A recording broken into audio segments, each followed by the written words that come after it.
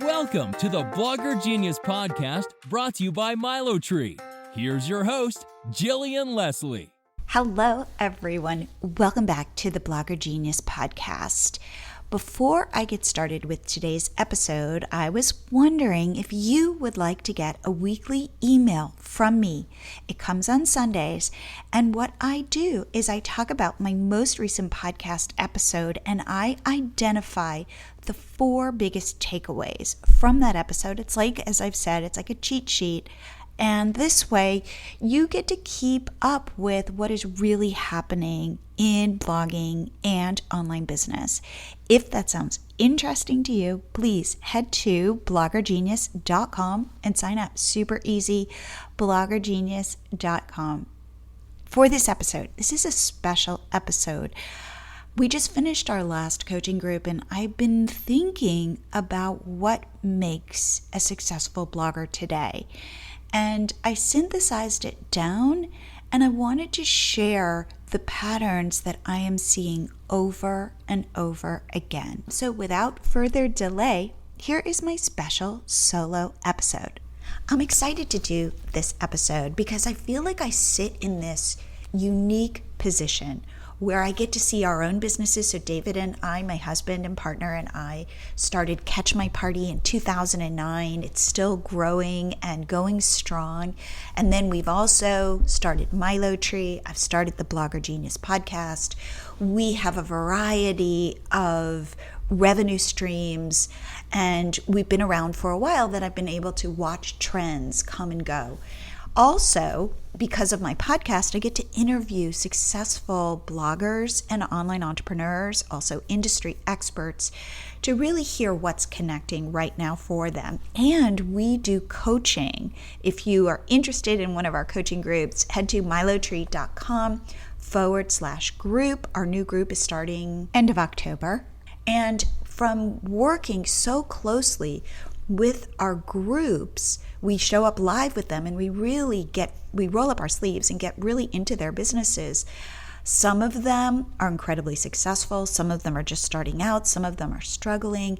And I've been able to see what works, how people are growing successful businesses on the internet, how people are taking their blogs and really figuring out how to make money from them. I wanted to share my top 5 secrets for being a successful blogger today. And hopefully this will help you think about your business going forward. The first secret is that the bloggers who are successful know that they need to be in a very specific niche.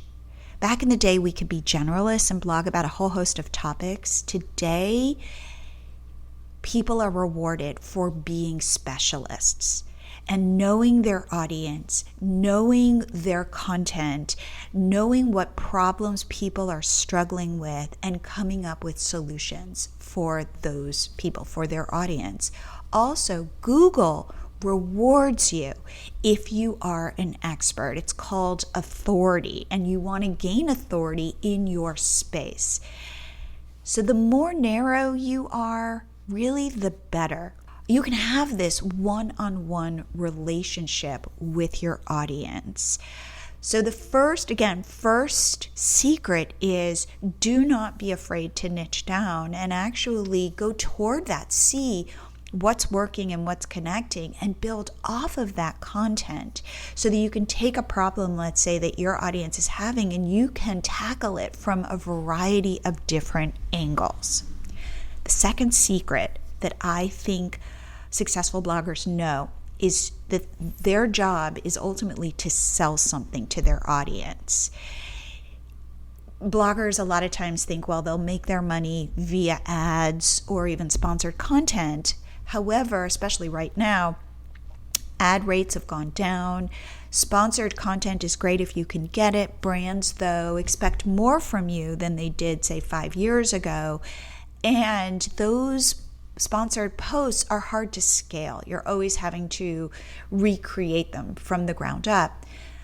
And what I have seen over and over again is if somebody has a niche that they understand really well, they understand what their audience is struggling with, and if they can create products that solve those issues for their audience, if they can find a way to get what I call product market fit, which is your product solves a problem for your market and people will buy it from you, that's when there are fireworks. That's when things really start to grow. A lot of times bloggers think, I'll get to that later. Right now I'm just doing affiliate sales and working on growing my blog. And I say my recommendation is to push that forward, to really think about what you can sell, whether that be, say, a course, whether that be an ebook, whether that be some printables, whether that be a membership site, whether that be like physical goods. Really challenge yourself to think about what you could sell to your audience. And this leads to my third secret that I think successful bloggers know, and that is to test often, test fast, fail fast, assume most of your tests are not necessarily going to work, and that's okay. You want to be up at bat over and over again. So is there a way for you to test a product idea with your audience? And this is where B- work comes in. If you are spending long periods of time on product development, that's really risky because I think you want to be testing and looking for this connection with your audience. And the best way to get there is to try stuff. It sounds easy, but it's not. And sometimes it can be demoralizing when your tests don't work. But assume that the more times you can be putting stuff out there and the faster you can do it, the better. Then the fourth thing I think that bloggers understand is the power of their email list. We're all told, grow your list, but a lot of times people come to me and they go, well, why am I growing my list? I'm posting on social media. Isn't that enough? Or I'm growing my list, but kind of in the background and I'm not really using it. If you think about your business as a sales funnel, at the top of the funnel is, where it's really, really wide, and then it narrows down. Top of the funnel is your content, right? You want to get your content out there. You want lots of people to see it.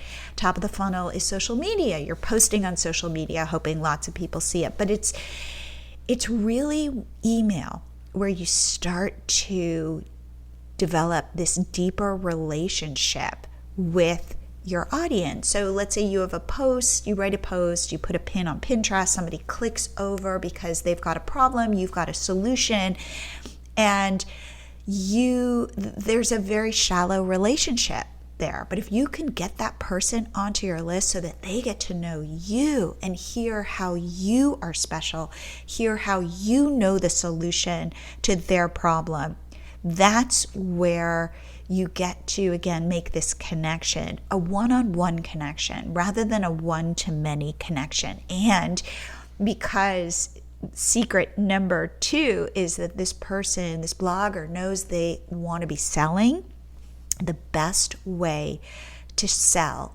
is through email. It is by far, who was it? Sarah Williams, who was a guest on my podcast, talked about how her email list is like an ATM. She can turn it on by sending email and money shows up. And it's because of this intimacy and that you have access to somebody's inbox.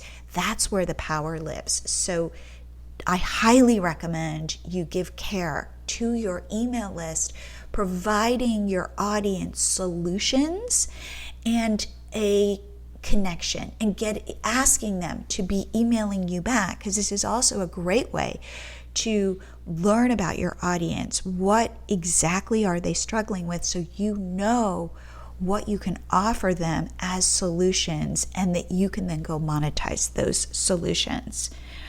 My 5th secret that bloggers who are successful know is to use their analytics to make choices about content creation. If you have not set up Google Analytics, I highly recommend you do that. And in your analytics, you can see what pieces of content are connecting with your audience. And that's how you can figure out what niche you're in, because you can start to build off of that content. And you can see what your audience likes from you, what Google likes from you. You can see where that audience is coming from. So for example, if your audience is coming from Pinterest, definitely be pinning a lot and doubling down on Pinterest.